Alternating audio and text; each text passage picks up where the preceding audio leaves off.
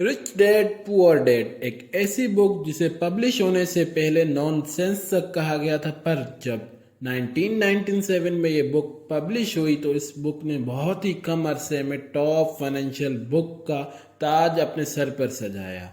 ये बुक हमें ना सिर्फ रिच और पुअर के दरमियान डिफरेंसेस बताती है, बल्कि एक पूरा ब्लूप्रिंट देती है कि किस तरह एक आम आदमी रिच बन सकता है। इस बुक को अमेरिका के एक बिजनेसमैन रॉबर्ट कियोसाकी ने लिखा है। रॉबर्ट कियोसाकी इस बुक की शुरुआत अपने रियल फादर और अपने दोस्त माइक के फादर, जिसे वो अपना मेंटोर और रिच डैड कहते हैं, उनके कंपैरिजन से करते हैं। इस कंपैरिजन की शुरुआत में वो बताते हैं कि जो उनका रियल फादर है वो वेल एजुकेटेड, मुख्तलिफ यूनिवर्सिटीज से स्टडी किए हुए, लेकिन वो फाइनेंशियली स्ट्रगल करता है। लेकिन जो उनका मेंटोर है, रिच डैड है, वो 8वीं भी पास नहीं कर पाए, पर वो हवाई शहर के अमीर शख्स है। इस कंपैरिजन में वो मजीद बताते हैं कि इन दोनों की सोच में भी बहुत फर्क था। जैसे उनका रियल फादर जब कोई एक्सपेंसिव और दिल को छूने वाली चीज देखते तो वो कहते I can not afford it, लेकिन जो उनके मेंटोर यानी कि रिच डैड थे वो कहते थे कि how can I afford it. जो पहला सेंटेंस है I can not afford it, इससे कुछ फर्क नहीं पड़ा, लेकिन जो दूसरा सेंटेंस है how can I afford it को, इससे आपके माइंड को एक मैसेज जाता है कि वो आपके लिए अपॉर्चुनिटीज ढूंढे कि किस अपॉर्चुनिटी पर काम करके आपको ये चीज मिल सकती है। इस बुक में रॉबर्ट कियोसाकी 6 इंपॉर्टेंट लेसन देते हैं मनी के बारे में। Lesson number 1, rich don't work for money. इस लेसन को हम एक एग्जाम्पल से समझते हैं। जैसे पुराने ज़माने में जब किसी बादशाह को अपनी सल्तनत को बढ़ाना होता था तो उसकी सल्तनत के आसपास जो छोटे इलाके होते थे जो उसकी सल्तनत में शामिल नहीं थे, उन पर कब्जा करने के लिए वो अपने सिपाही भेजता है ताकि वो उनसे लड़े और वो इलाका उनकी सल्तनत में लाए। इसी तरह रिच भी उस बादशाह की तरह होते हैं। जब उन्हें अपनी वेल्थ को बढ़ाना होता है तो वो उन सिपाहियों की तरह अपने पैसों को इन्वेस्ट करते हैं ऐसी जगहों पर ताकि वहां से उनके लिए इनकम जनरेट हो सके। जैसे बादशाह अपनी हुकूमत को बढ़ाने के लिए सिपाही भेजता है लड़ने के लिए, इसी तरह अमीर अपने पैसे भेजते हैं अपनी वेल्थ को बढ़ाने के लिए।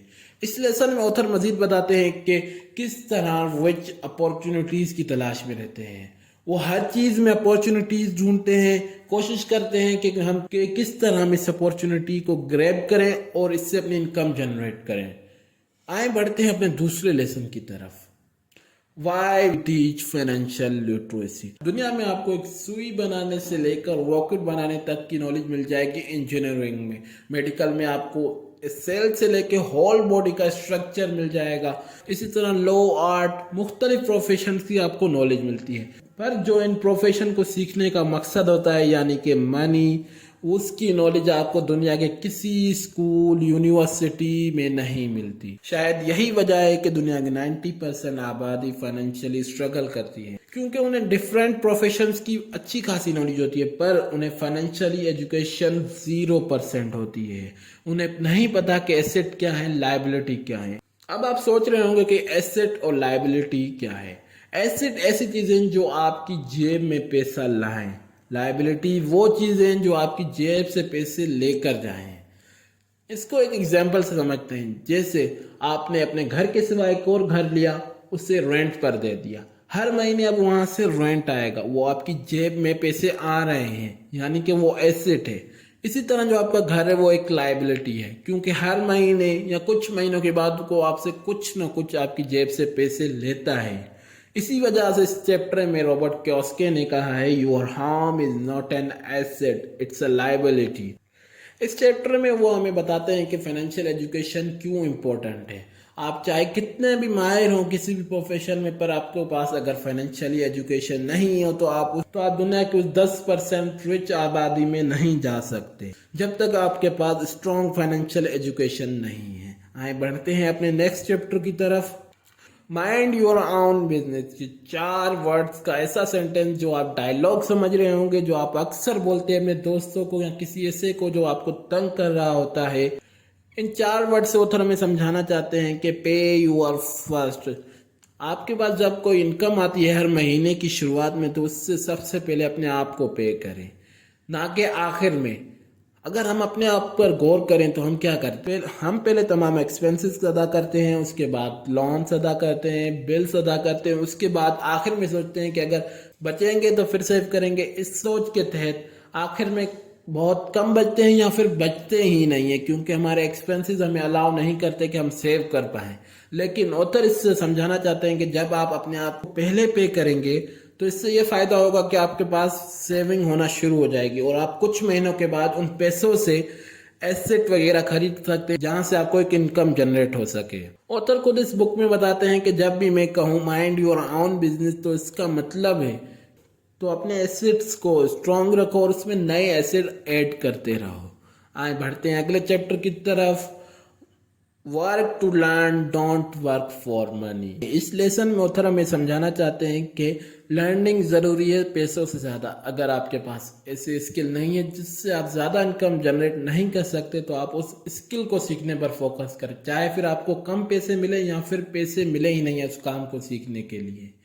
जैसे नेपोलियन हिल, उसे उस वक्त के रिचेस्ट पर्सन एंड्रयू कार्नेगी ने कहा कि अगर तुम 20 साल मेरे लिए काम करो बगैर किसी पैसे के, तो मैं तुम्हें सक्सेस का फॉर्मूला बताऊं और तुम्हें यह फैसला अभी लेना है। तो नेपोलियन हिल ने सोचा कि रिचेस्ट पर्सन है तो कुछ होगा इसके पास, सभी तो बोल रहा है, तो वो मान जाते हैं। एंड्रयू कार्नेगी उसे मुख्तलिफ पर्सन्स के पास भेजते हैं कि जो उन्हें लगता था कि फ्यूचर में सक्सेसफुल होंगे, उनके पास भेजा कि ताकि तुम उनसे इंटरव्यू लो, उनमें क्या चीज़ें कॉमन है। तो नेपोलियन हिल ने 20 साल 500 सक्सेसफुल लोगों के इंटरव्यू लिए, उससे उन्होंने फॉर्मूला तैयार किया जिसे थिंक एंड ग्रो रिच कहते हैं। इस बुक ने नेपोलियन हिल को मिलियनियर बनाया, सक्सेसफुल बनाया। नेपोलियन हिल की लाइफ से हमें लेसन मिलता है कि skill is important rather than money.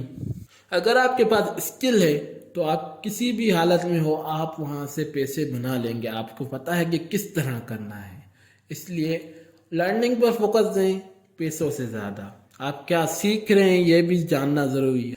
आपको पता होना चाहिए कि क्या ये चीज़ मेरे फ्यूचर में काम आएगी, वो तभी वो चीज़ सीखें, नहीं तो वो चीज़ ना सीखें। ऑथर खुद भी बताते हैं कि मैंने 2 साल से रोज़ के लिए एज अ सेल्समैन काम किया ताकि मैं सेल सीख सकूं, किस तरह बेचना है।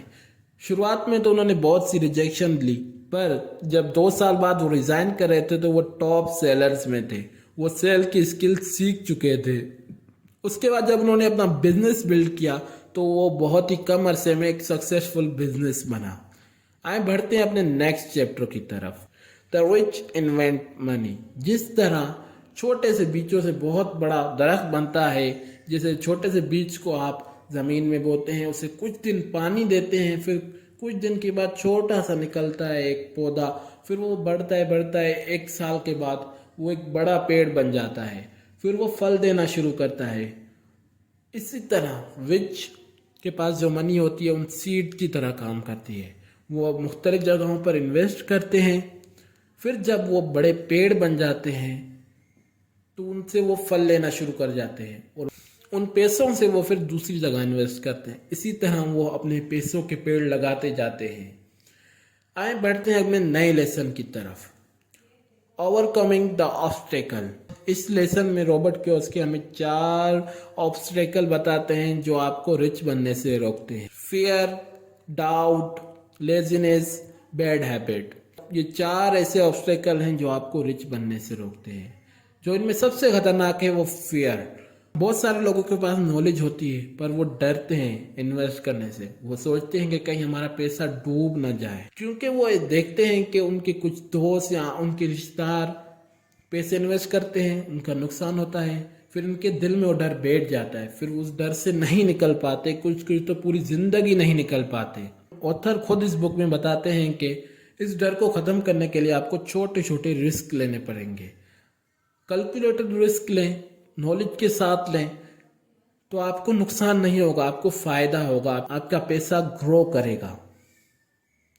जो दूसरी सबसे बड़ी रुकावट है वो है डाउट। जो डाउट है ना, ये सोच नॉलेज तमाम पर बादलों की तरह छा जाता है।